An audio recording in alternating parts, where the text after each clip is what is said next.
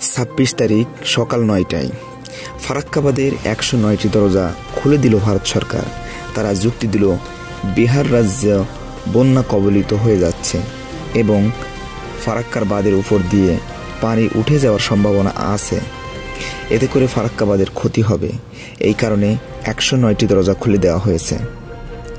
এই পরিস্থিতিতে বাংলাদেশের কুমিল্লা, রংপুর, রাজবাড়ী, ফরিদপুর, গোপালগঞ্জ বন্যা হওয়ার আশঙ্কা আছে বলে বিবেচনা করা যাচ্ছে। কিন্তু বর্তমানে বাংলাদেশের বিশেষজ্ঞরা বলতেছেন, ফারাক্কাবাদ খুলে দিলেও বাংলাদেশ বন্যার সম্ভাবনা নাই।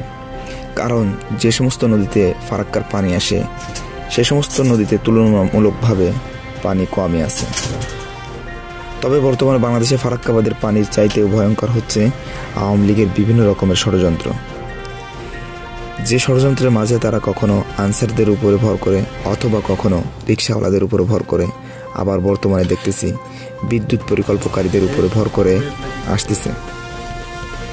আমরা জানি তারা ষড়যন্ত্র অব্যাহত রাখবে, কিন্তু এই ছাত্র সমাজ এবং বাংলাদেশের নাগরিক যেভাবে ঐক্যবদ্ধ হয়েছে তাতে করে তাদের সমস্ত রকমের ষড়যন্ত্র নস্যাৎ হবে বলে বিবেচনা করা যাচ্ছে।